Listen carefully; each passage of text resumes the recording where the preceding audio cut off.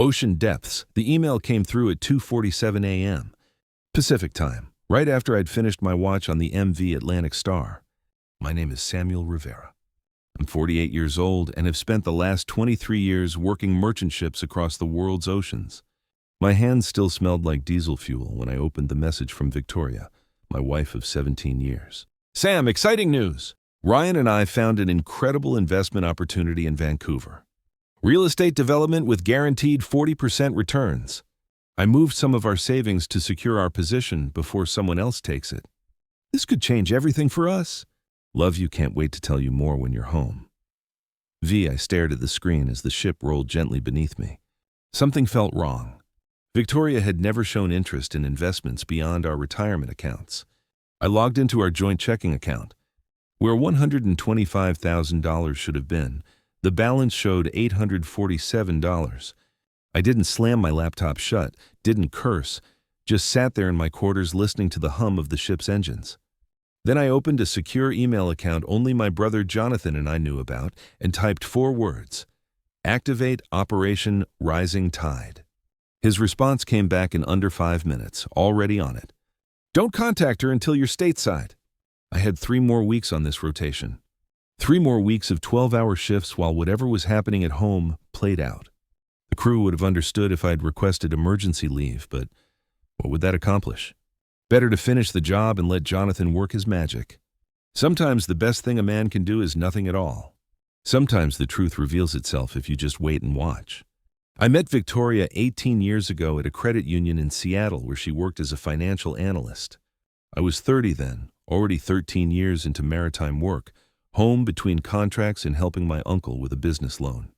Victoria was 27, sharp with numbers, full of energy about investment strategies and tax optimization. We got married 14 months later, fast, but it felt right. I'd already established myself well by then. Owned my house free and clear from a smart investment in shipping company stock that got bought out. Had a solid career path in international maritime. She said she admired my discipline, my long-term thinking. I admired her intelligence, her ability to see financial opportunities where others saw complexity. The rotation schedule was always our challenge, 3 months at sea, 6 weeks home in those early days. But the money was exceptional. I could earn more in 9 months than most people in Seattle made in 2 years. We agreed it was worth the sacrifice. She'd manage our life on shore. I'd build our financial future. Around year 12, small cracks appeared. Comments about missing neighborhood events. Questions about whether I really needed to take the Asia routes. Observations about how other couples got to travel together. Looking back, I should have paid more attention to the pattern. The year I turned 45, she stopped asking when I'd be home. Stopped sending pictures of her day. Our video calls got shorter, but I assumed it was natural evolution. Comfort replacing excitement, routine replacing uncertainty. 2 years ago, Victoria stopped complaining about my absences. Instead, she started talking about maximizing our assets and planning for the future. I thought she was finally embracing our situation. 18 months ago, I came home to find she'd changed our life insurance beneficiary arrangement without discussing it. When I asked, she said her new financial advisor recommended it for estate planning optimization. I didn't question it. She was the expert. Last summer, she insisted we upgrade our homeowner's insurance and add an umbrella policy. We need to protect our assets, she explained. You work in a high-risk profession. 6 months ago, I noticed she'd started asking detailed questions about my work schedule, specific routes, emergency protocols. She claimed it was because she worried about me, wanted to understand what I did for a living.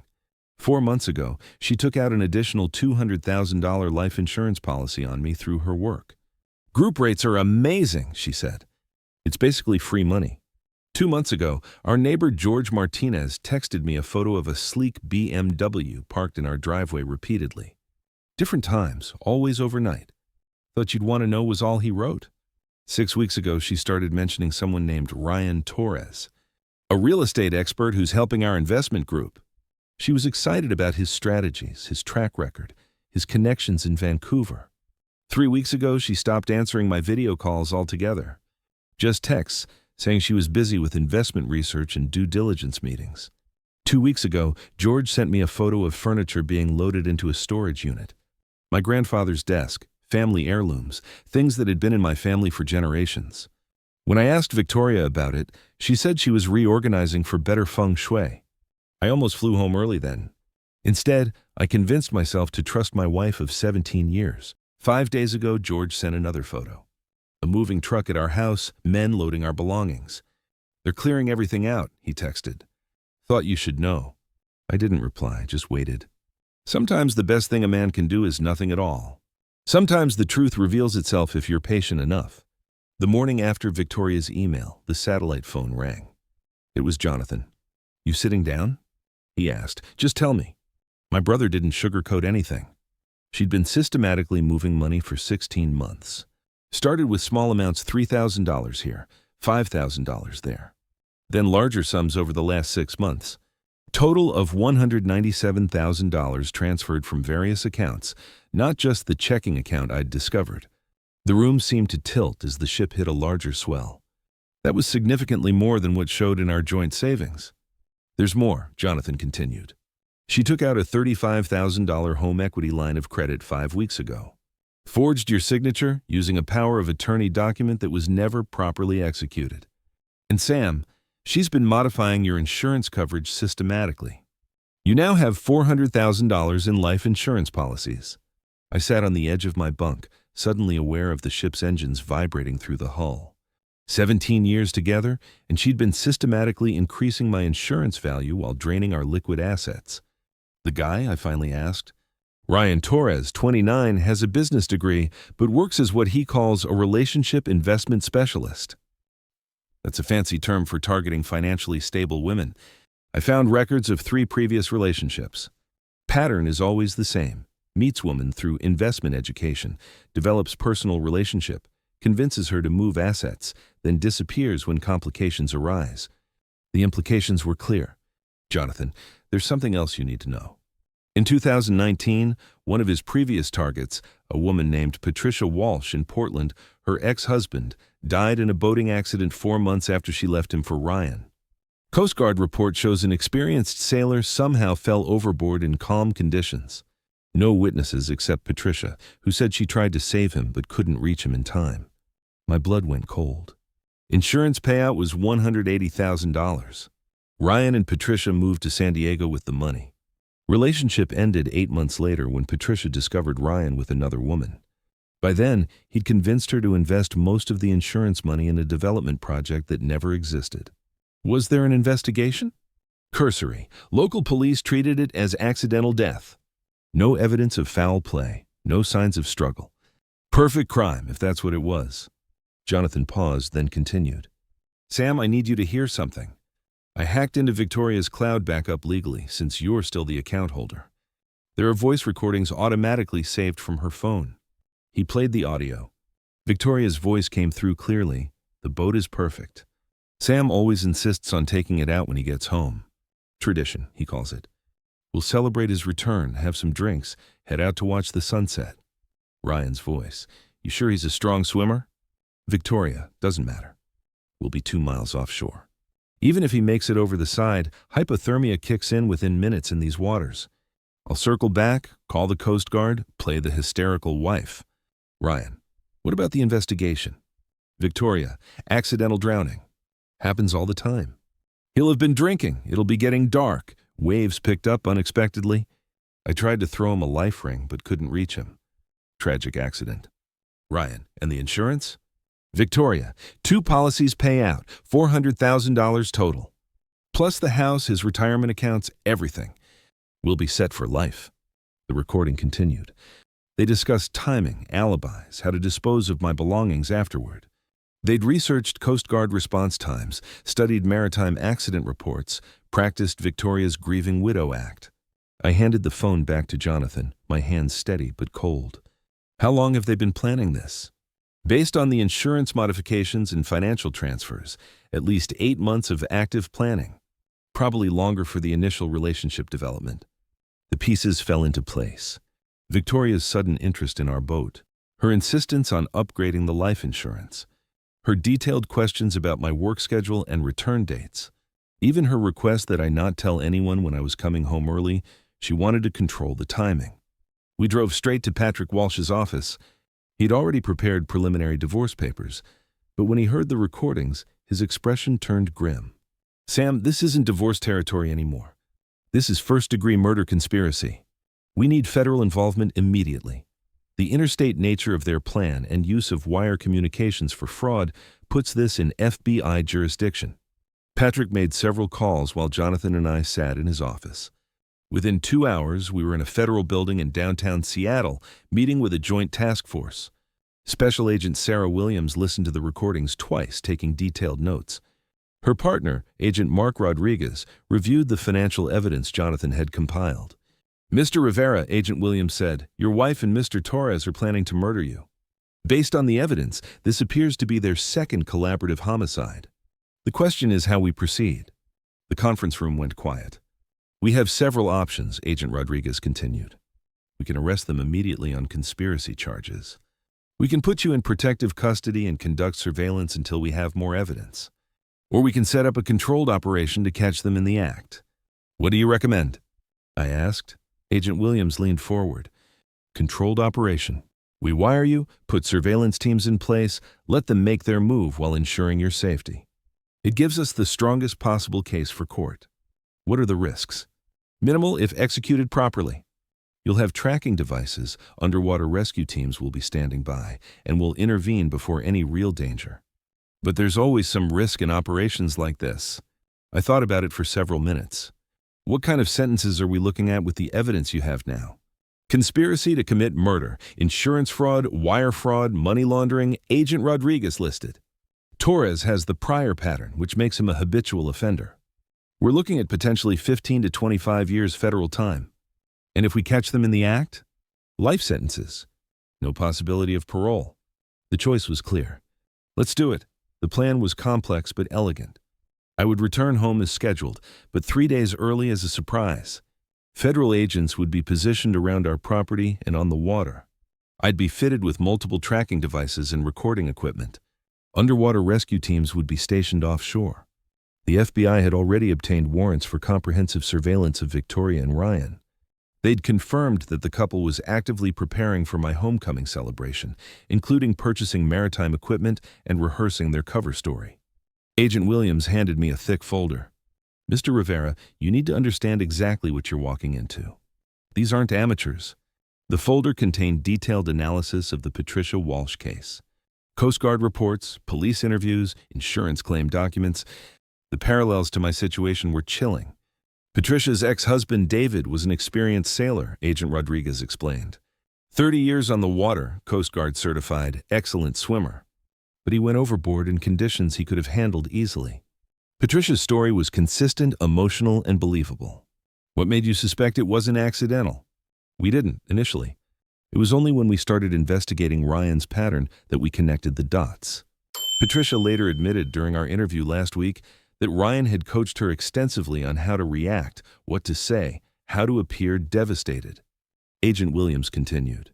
She's agreed to testify against Ryan in exchange for immunity. Apparently, she's been living with guilt for 4 years. When we showed her evidence of Ryan's current plan with your wife, she broke down completely. So this will be his second murder conviction? If everything goes according to plan, yes. That evening, I reviewed every detail of the operation with the FBI team. I'd return home the next afternoon.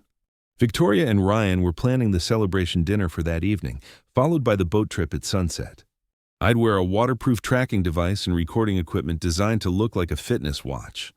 Underwater rescue divers would be positioned 500 yards away, invisible but ready to respond within 60 seconds. Coast Guard vessels would be standing by just beyond the horizon. My job was to act normally, go along with their plan, and trust that the professionals would keep me safe. "Mr. Rivera," Agent Williams said as we concluded the briefing, "I need you to understand that Victoria isn't the woman you married anymore. She's been planning to kill you for months. Don't let emotion cloud your judgment." I nodded. The woman I'd loved was gone. What remained was something else entirely. The next afternoon, I landed at SeaTac and took a taxi home. Victoria's BMW was in the driveway along with Ryan's car. Through my earpiece, I could hear Agent Williams's voice. "Subjects are in the kitchen. Audio surveillance is active. Remember, act natural." I walked through the front door calling Victoria's name. "Sam," she appeared from the kitchen, all smiles and enthusiasm. You're early. I wasn't expecting you until tonight. Finished the paperwork faster than expected, I said, hugging her. Couldn't wait to get home. She felt different in my arms. Or maybe I was the one who'd changed. Perfect timing, she said. Ryan's here. I wanted you two to finally meet. And I made dinner reservations at that place you love. Ryan emerged from the kitchen, hand extended in greeting. He was exactly what I'd expected. Confident, charming, physically fit. Easy to see how Victoria had fallen for his act. Sam, finally. Victoria talks about you constantly. You're a lucky man, married to such an incredible woman. I'm starting to realize just how incredible she is, I replied, shaking his hand. We made small talk for 30 minutes. Ryan was smooth, knowledgeable about shipping and investments. He asked intelligent questions about my work, expressed admiration for my adventurous career. I could see why Victoria trusted him. Around 6 p.m., Victoria suggested we head to dinner. I made reservations at Anthony's. Then I thought we could take the boat out to watch the sunset. Like old times. Sounds perfect, I said. I've been looking forward to getting back on the water. Through my earpiece, Agent Williams's voice was calm. Rescue teams are in position. You're doing great. At dinner, they were the perfect couple, finishing each other's sentences, sharing inside jokes, discussing their investment strategies. Watching them, I understood how completely Victoria had rewritten our history in her mind.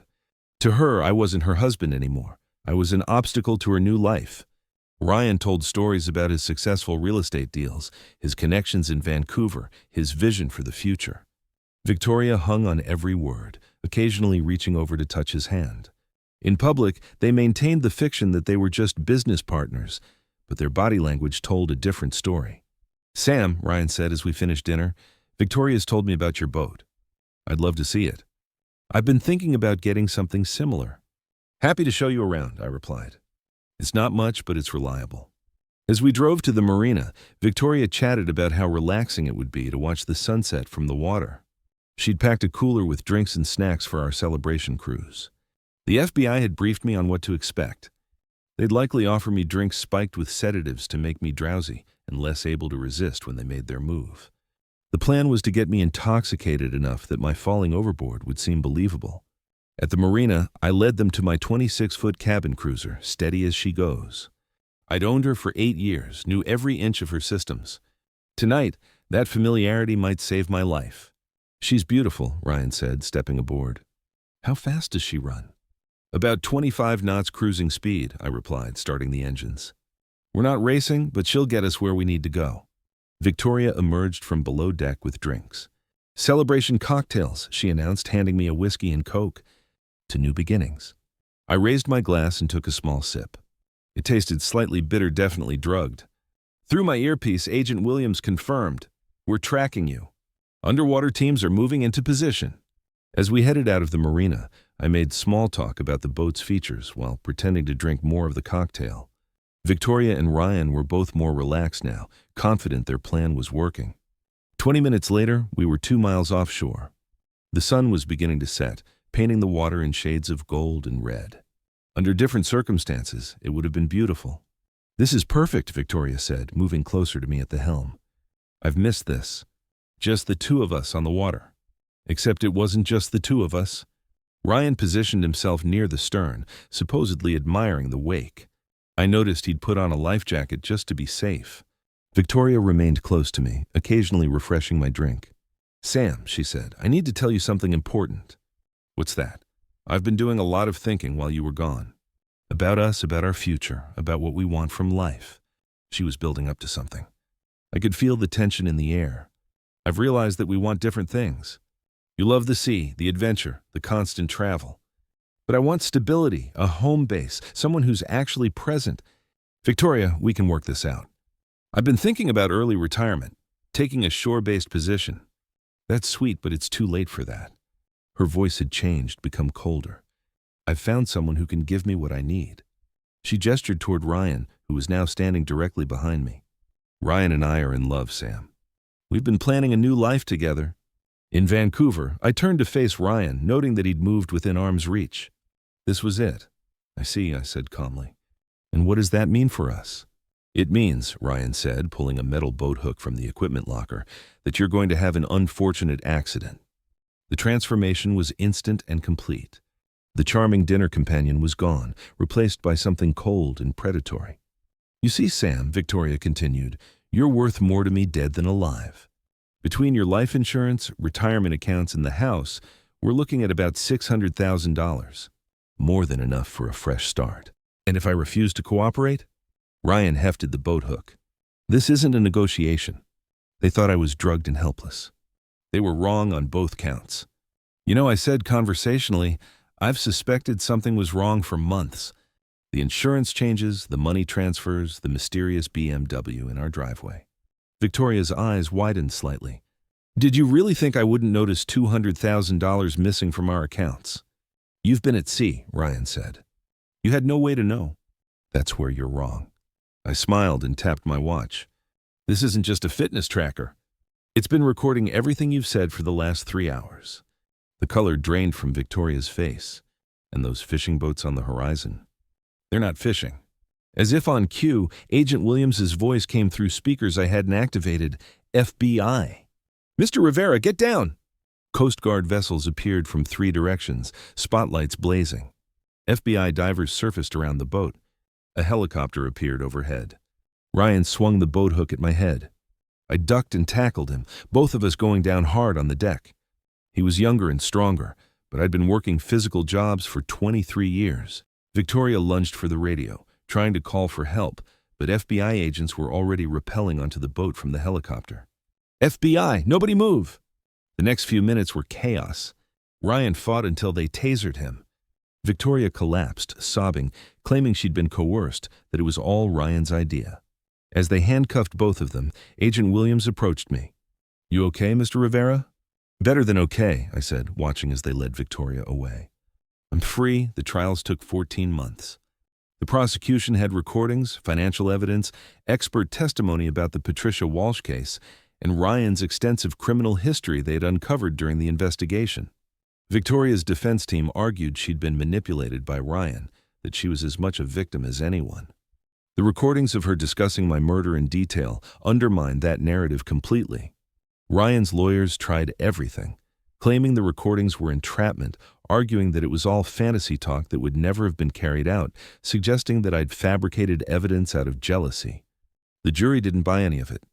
The evidence was overwhelming, the pattern clear, the intent undeniable. During the trial, more details emerged about Ryan's methods. He'd been operating for nearly a decade, targeting financially stable women through investment seminars and networking events. Patricia Walsh wasn't his first victim, she was his 3rd confirmed kill. The prosecution presented evidence of 2 other suspicious deaths, Margaret Stevens in Phoenix, 2017, and Linda Morrison in Denver, 2015. Both women had left their husbands for Ryan. Both husbands had died in accidents within 6 months. Both deaths had resulted in substantial insurance payouts. Local authorities had treated them as accidents, but the FBI's investigation revealed Ryan's presence in each case and similar patterns of financial manipulation beforehand. Victoria was convicted on 14 counts: conspiracy to commit murder, attempted murder, wire fraud, mail fraud, money laundering, insurance fraud, forgery, and conspiracy to commit insurance fraud.